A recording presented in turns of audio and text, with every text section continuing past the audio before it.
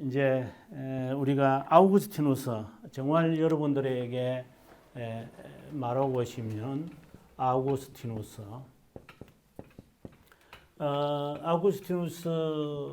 대해서는 뭐 로마 가톨릭이든 우리 프로테스탄트든 다 존경하는 위대한 인물이라고 저는 생각을 합니다. 우리가 아우구스티누스를 생각할 때에 먼저 우리가 생각해야 되는 건 첫 번째, 그분의 생애에 대한 이야기입니다. 그분의 생애 자체가 굉장히 극적입니다. 마틴 루터처럼. 그래서 그분의 생애가 뭐 다른 분들 뭐 방금 우리가 보았던 히에로니무스라든가 그리고 가끔씩 있는 우리가 뭐 요한네스 크리소스토모스라든가 이런 것은 전체가 아니고 한 부분들이지만 이번 생애 전체가 우리들에게 큰 교훈을 주는 것 같아요. 그래서 이번에 생애를 좀 관심을 가져야 된다는 것이고, 그 다음에 이분의 작품인 것 같아요. 이 작품은 기독교 역사에서 걸작들을 이제 남겨놓았는데 그 대표적인 게 우리가 잘 아는 고백록이죠. 그분이 나이가 40세에 이르러서 그리고 44세까지 4년 동안 그가 걸어온 모든 이야기를 정말 어떻게 보면은 읽어보셨겠지만 소상하게 적는 것 같아요. 그래서 그 내용이 굉장히 철학적이기 때문에 이분이 이제 플라톤 철학, 신플라톤주의에 이제 좀 젖어진 적이 있어서 그래서 그의 표현을 우리가 고백록을 읽으면서 그 어떤 철학적 사고, 수사학을 하신 분이다 보니까 철학적 사고로 들어가지 않으면은 이해하기가 어려운 부분이다. 그런데 이분이 이제 44세까지 쓰고 난 다음에 그 다음에 그분이 이제 이후의 생애는 누가 썼느냐? 그것은 그의 제자가 에우디오스라고 하는 그의 제자가 이제 나머지를 이분이 씁니다. 그래서 우리가 고백록의 그 이후의 생애는 또 책이 있으니까 보면 돼요. 그 다음에 두 번째 책은 앞서도 말씀드렸지만 하나님의 도시라고 하는 The City of God이라고 하는 이 정말 걸작입니다. 이것은 어떤 면에서 걸작이라고 하느냐면 물론 22권으로 되어 있는 방대한 책이죠. 22권이라는 방대한 책이지만 이 책엔 역사 철학이라고 하는 면에서 안 믿는 사람들도 이 책에 대해서 굉장히 호평을 할 수밖에 없는 것이다. 그 다음에 이분에게서 우리가 작품에서 볼 수 있는 것은 이제 펠라기우스에 대한 책들입니다. 그 중에 대표적인 게 뭐냐면은 예정과 그 다음에 자유의지에 관한 정말 탁월한 것을 우리들에게 남겼다고 저는 봅니다. 그 다음에 세 번째로 이분의 생애에서 우리가 관심을 가져야 할 것은 그분의 논쟁입니다. 여기서 잠깐 언급을 했지만 이분의 논쟁을 우리는 은혜론 논쟁이라고 그럽니다. 은혜. 그래서 당시에 이단이었던 펠라기우스와의 뭐 앉아서 두 사람이 앉아서 뭐 논쟁했다. 그 말은 아닙니다.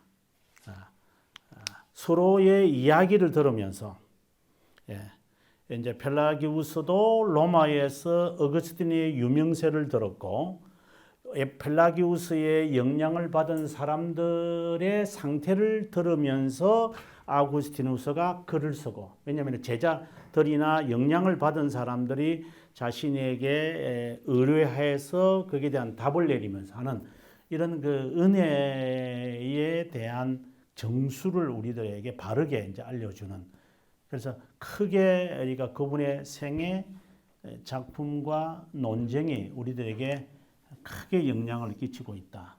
특별히 생애를 제가 이렇게 사각을 쳤는데 생애에서 우리가 이분을 세 가지로 보셔야 돼요. 세 번의 이 사람의 계종이 있다라고 보셔야 됩니다. 그러니까 이분을 이해할 때 그렇게 이해하는 거예요. 첫 번째는 이분이 마니교라고 하는 종교로 이 사람이 개종을 해요.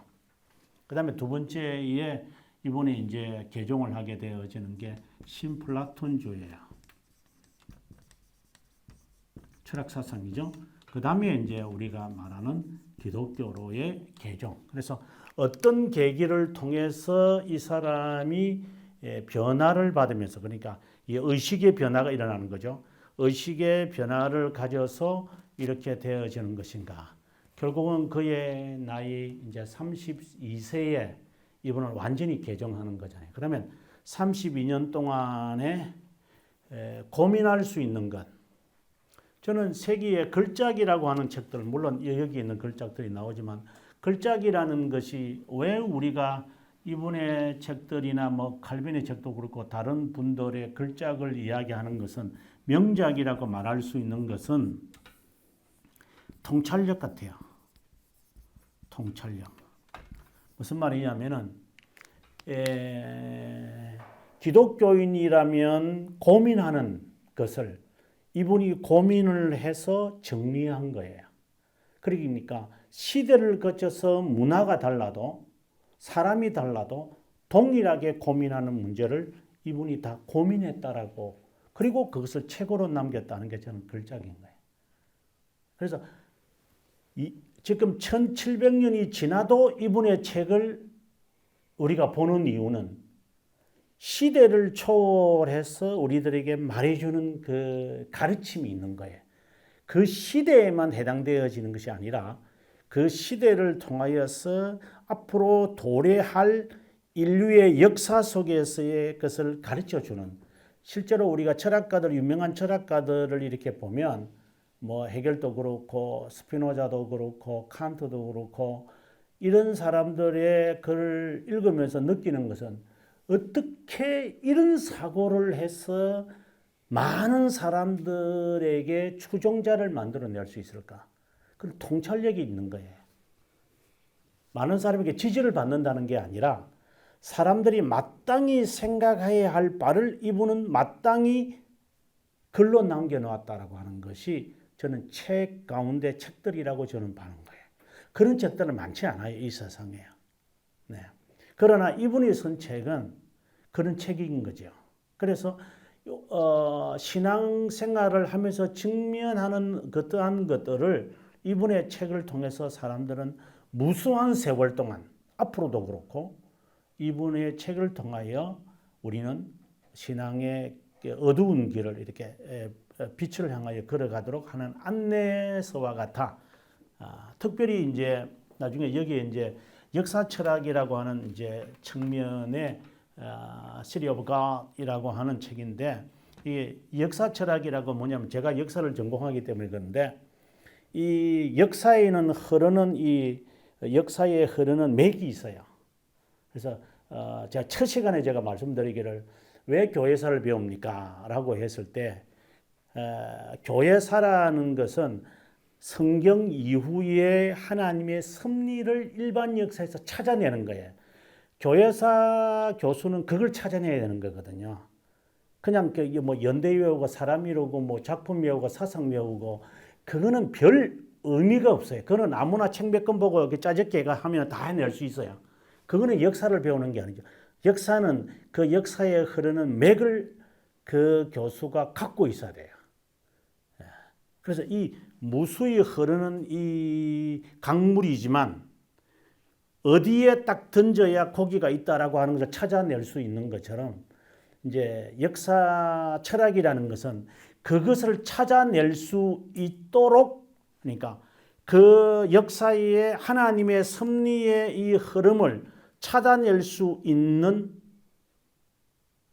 명제를 우리에게 제시해 줘야 돼. 그것이 가장 유명한 것 가운데 하나가 우리가 잘 알고 있는 하나님의 나라는 이미 임했지만 not yet 이라고 하는 아주 중요한 단어를 쓰는 거죠. 하나님의 나라는 이미 임했지만 완성된 것은 아니다. 이것은 무수한 사람들이 정말 명언이다. 자, 이런 것이 역사 철학인 거야. 이거는 어느 시대나 사람들이 이것을 말하면 이제 내가 답을 찾았다. 이렇게 말할 수 있는 단어와 같은 것이죠. 그다음에 이제 스콜라주의 아버지라고 말할 수 있는 안셀름도 마찬가지죠. 나는 이해를 위해 나는 믿겠습니다. 이것도 대전제거든요.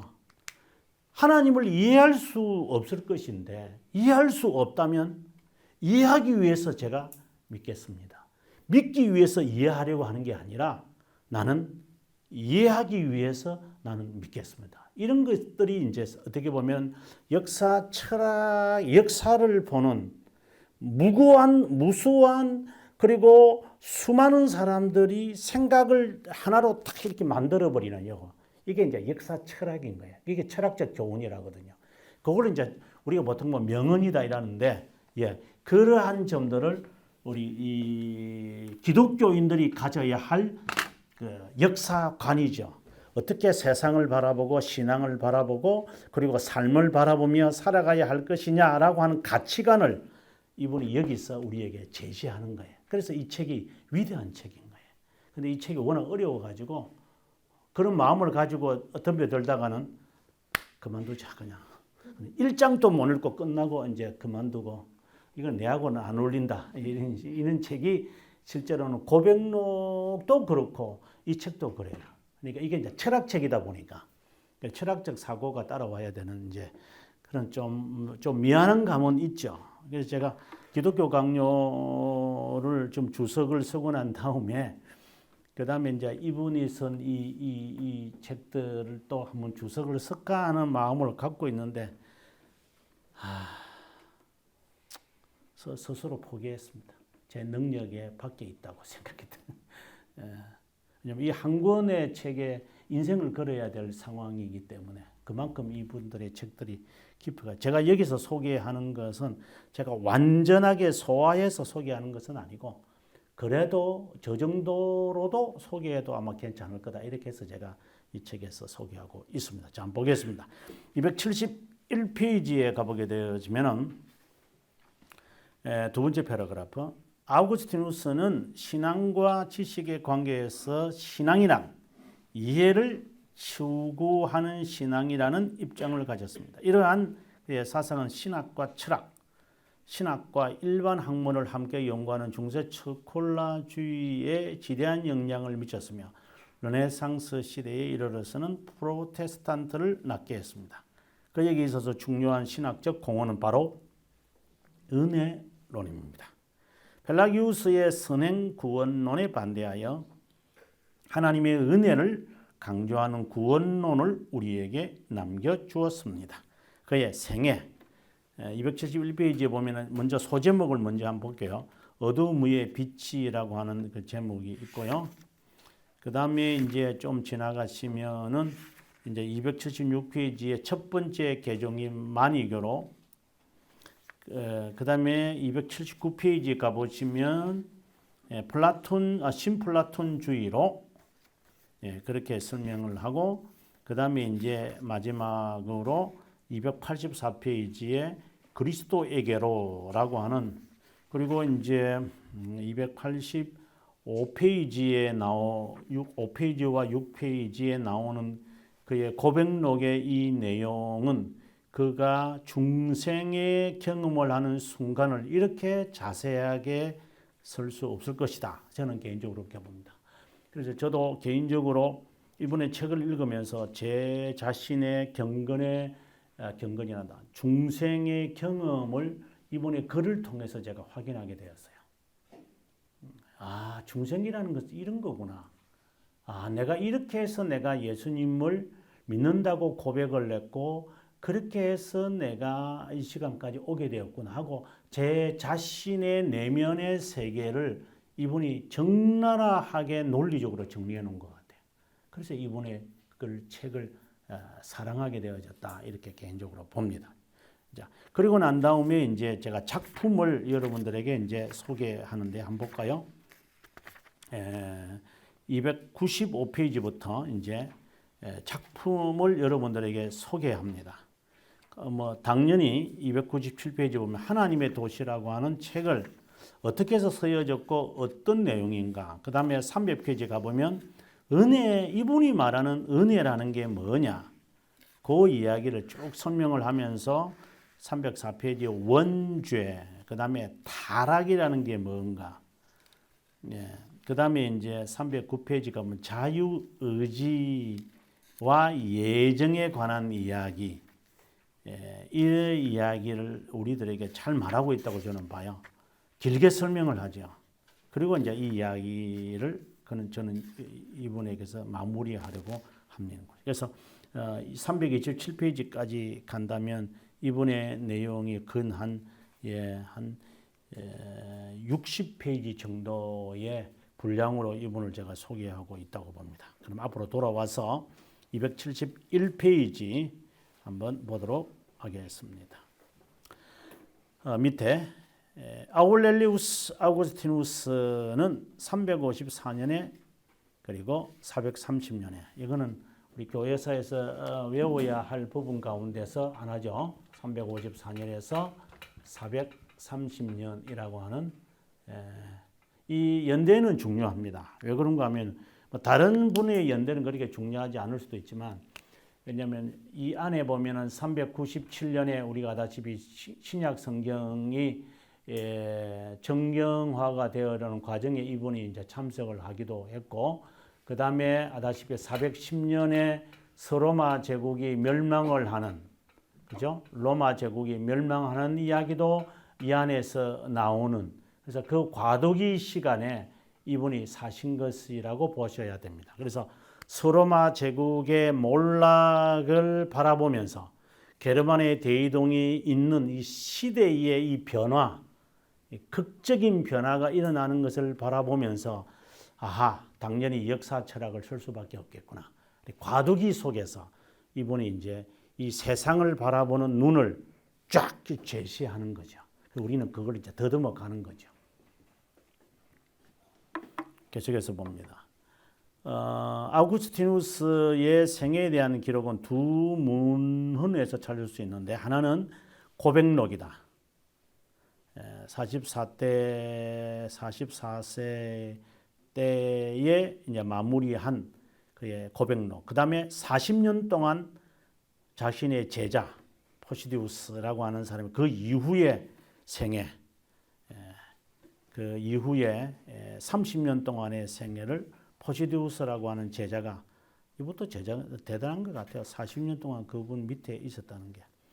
그래서 그의 마지막 순간까지 이분의 생애를 썼다라고 하는 것입니다. 그 다음에 272페이지 가보시면 두 번째 패러그래프에 누구든 그의 글을 읽다 보면 저는 그렇게 평가합니다. 어두움 위에 빛이다. 제가 정말 좋아하는 문구입니다. 자, 어린 시절을 어떻게 보냈는가? 간략하게 이제 뒤 설명이 워낙 중요해서 간략하게 보겠습니다. 고백록 1권에서 그의 어린 시절을 이야기하고 있다. 그는 11월 13일 타게스대에서 태어났다. 지금의 튀니지입니다. 제가 꼭 언젠가는 이곳에 한번 가고 싶다 할 정도의 장소인데 지금 흔적이 없죠. 당연히 흔적이 없지만 그러나 어거스틴 교회는 남아 있습니다. 그래 역사에서 이 장소가 어거스틴의 어릴 때 다녔던 교회다라고 하는 장소가 있어서 꼭 한번 가보고 싶은 장소 가운데 하나다라고 생각합니다. 저 밑에 보면 아버지는 이교도였다. 그리고 그 다음 페이지 273페이지에 어머니는 모니카로서 기독교인이었다. 이렇게 되어 있습니다. 이거는 잘 알고 있는 이야기일까요? 그 다음에 좀 내려가 보시면 모니카는 아들의 방황으로 인해 염려하며 아들의 진정한 개종을 위해 늘 하나님께 엎드렸고 실제로 노력했다. 아우구스티누스가 훌륭한 학자로 인정받는 데는 어머니로부터 받은 고전 교육이 한 몫을 했다. 그가 어린 시절부터 어머니에게서 영향을 받아 그리스도의 이름에 대하여 경외심을 가졌던 것도 사실이다. 이제 청소년 시기에 이제 이것이 싫었지요. 그러나 그의 고백록에서 이제 40줄에 이제 들어서 이것을 회상하면서 어머니의 그 위대함을 이제 그는 어머니는 이분의 위대함을 보지 못하고 죽죠. 계종을 보고는 죽지만 위대함을 보지 못했죠. 그러나 모니카는 나는 여성 가운데 최고의 여성이라고 저는 개인을 봅니다. 어릴 때 아구스티누스는 집에서 이교적 책을 쓰는 법을 배우고 그리스어와 라틴 문학으로 된 작품을 접했을 뿐 이 시기에 기독교 신앙에 대한 조직적 교육을 전혀 받지 못했다. 그러니까 아마 신앙생활을 제대로 안 한 것 같아요. 11세에 지적인 재능을 보이자 아버지는 학교가 있는 마다우르스 지역에 보내 라틴 문학을 더 깊게 연구하도록 했다. 그곳의 교수들은 이교도들이었다. 잡신들의 동상이 있는 곳 아고라에서 공개 토론을 즐겼다. 다음에 카르타고에서 공부를 하려 했지만 어려운 집안 형편으로 잠시 학업을 중단하고 쉬면서 나쁜 길로 빠지게 된다. 쉽게 말해서 재수생이었다 이 말이죠. 돈이 없어서 공부 못 시키니까 이 불만 불평에 사는 티네이저 이제 그 시절을 이분이 이제 지내면서 죄를 짓는 것 같아요. 카르타고 그의 어머니 친구인 로마니아누스의 훈을 받아 아프리카 수도였던 북아프리카를 말합니다. 카르타고로 가서 수사학을 이제 배우면서 10대 그러니까 청소년 시기에 그런 호사스러운 생활을 이어갔다. 쾌락주의자였다. 그리고 항상 사랑, 여기서 사랑이란 세속적 사랑을 말하는데 극장에 가서 자신의 불운함을 달래기도 했다. 뭐 지금 같으면 뭐 춤추는 곳인지 모르겠습니다. 아무튼 그런 데 가서 쾌락에 빠진 삶을 살았다. 왜 나이가 공부를 하는데 왜 공부를 안 시켜줬느냐 라고 하는 그 티네이저로서의 그 반항을 마음껏 발휘했다 이렇게 봅니다. 그래서 그의 고백에서 이렇게 말합니다. 절제와 정숙을 주시기를 원합니다만 아직은 아닙니다. 그러니까 젊음을 즐기고 싶다는 거예요. 나중에 내가 깨끗하게 살도 지금은 내가 마음대로 한번 살고 싶으니 하나님 그냥 나를 그냥 내버려 두셔. 이제 이런 식의 이제 완전히 맞짱까지 가는 이제 이런 애였다고 봅니다. 그리고 아버지가 세상을 떠나고 어머니가 학비를 책임되게 되자 그는 이제 돈을 벌여야 되겠다고 생각이 든 것 같아요. 그래서 문학에 관심을 가지고 그러면서 기독교 신앙은 퇴색하고 철학에 심취해 있던 그는 만이교의 이성적이고 체계적인 교리에 매력을 느꼈다. 그가 매력을 느끼는 것 가운데 또 하나는 뭐냐면 이 만이교에 갈 수밖에 없는 게 만이교가 이원론의 신앙으로서 명쾌하게 그 악의 문제, 왜 나쁜 것에 관해서 본인도 나쁜 짓을 하면서 도대체 나쁜 것이 어디서 왔을까? 이것에 대한 답변을 만이교에서 잘해 주었고 그 다음에 만이교가 이교도다 보니까 이 예식이 화려합니다. 청소년들이 그러니까 화려하고 크고 웅장한 것에 매료를 느껴서 그런 데에 가서 신앙생활을 하도록 되어지는 경우도 있잖아요. 그래서 좀 더 큰 데 가면 좀 더 신앙생활 제대로 하지 않겠나 이렇게 해서 이제 이도 만이교에 빠진 것 같아요. 거기에서 10년 동안 만이교에서 지내는 동안 실질적으로 기독교 신앙을 거부했다. 그 다음에 371년이니까 이 사람이 17살인 것 같아요. 고등학교 3학년, 지금 같으면 고등학교 3학년 정도 되어가지고 어느 여성과 동거 생활을 하면서 15년 동안 사는데 여성의 이름을 한 번도 밝힌 적은 없어요. 나중에 이제 이 여인을 이제 떠나보내요. 그건 떠나가라고. 15년 동안 살다가 위자료도 안 주고 아주 나쁜 사람인 것 같아요. 실컷 데리고 살다가 그만큼 이 사람이 나쁜 사람이라고 생각을 하셔야 돼요. 지금은 나쁜 사람입니다, 이 사람. 그리고 아들을 낳았는데 아데오다투스인데 끝까지 이 아이를 데리고 그가 키운 어떤 일설에 의하면 아마 내쫓은 것이 아니라 그 여인이 스스로가 이제 경건해져가는 어거스틴이 싫었던 것 같아요. 그러면서 이제 떠나지 않았을까 이런 생각을 합니다. 그때 나는 수사학을 가르치며 탐욕으로 가득 차 있었고 이를 극복하기 위해 많은 말을 했다.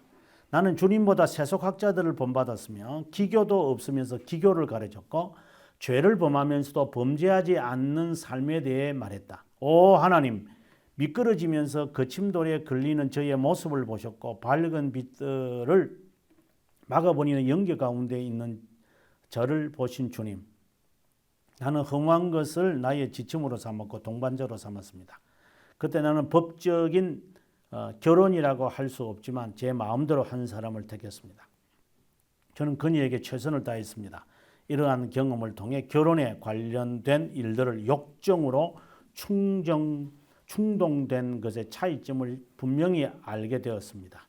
부모의 의지와는 다르게 그 가운데 자녀들이 태어났기 때문입니다. 아마 지금 아데오다투스 말고 또 아이들이 있었던 것 같아요.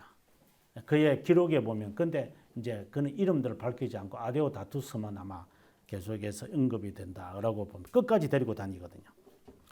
그 다음에 이제 제일 밑에 줄에 보면 진리를 갈구하는 마음을 강하게 가지다. 철학을 연구하면서 진리가 도대체 무엇인가를 그는 알고 싶었다 했습니다. 그 다음 276페이지 가보면 이제 유물론적 이원론으로 세상을 빛과 어두움의 투쟁의 산물로 보았던 마니교.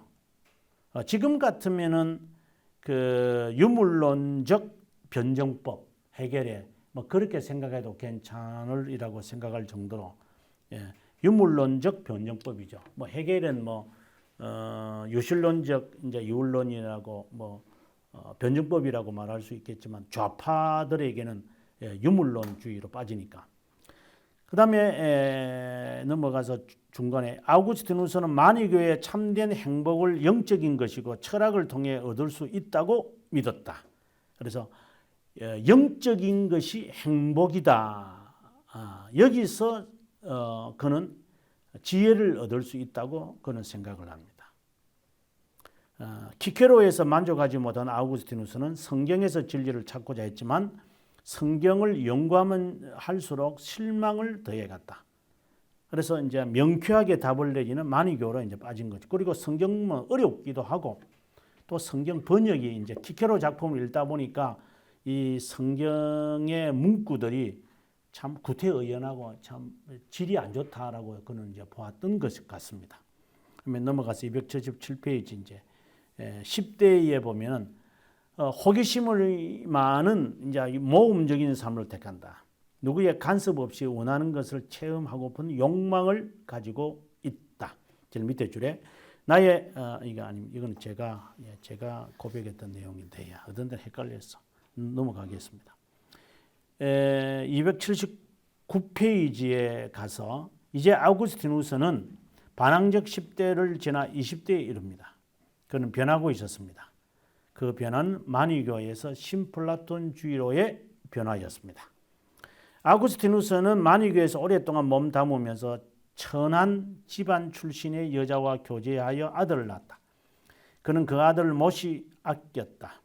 마니교에 대한 아우구스티누스의 열정은 오래가지 못했다. 마니교 지도자들이 지적 수준이 낮아 아우구스티누스의 물음에 대해 제대로 답변하지 못했기 때문이다. 점차 환멸을 느낀 그는 꽤 널리 퍼져 있는 반영지주의를 수행하여 잠시 신플라톤주의자가 되었다가 376년 고향 타가스테로 돌아와 한동안 문법과 수사학을 가르쳤다. 이제 이것이 그가 하나의 직업이 됐죠. 왜냐하면 아버지가 없는 상황 속에서 이 수사학을 가르치면서 어머니 그리고 동생들도 있었으니까 이제 그가 생활을 책임질 수밖에 없는. 이제 그러다가 그는 이제 어머니 몰래 이제 어머니의 이 생활을 20대 때 가정을 책임지는 사람이었으니까 탈출하고 싶겠죠. 그래서 그는 탈출하고 맙니다. 20대 후반에 되어 가지고. 그래서 어디로 가느냐? 로마에서부터 밀라노까지 2주에 갔다. 근데 2주에 가면 어머니가 쫓아오는 거예요. 스마트폰으로 GPS도 없는데 어디에 어머니가 오는데 어머니가 와 있는 거예요. 당시에 이제 사람들은 학교에서 강의하면 수업료를 안 주거든요. 수업료 준다 해놓고 나중에 어느 날 가보면 마지막 날 수업 때까지 등록금을 줘야 되는데 안 주고 그냥 도망가는 학생들.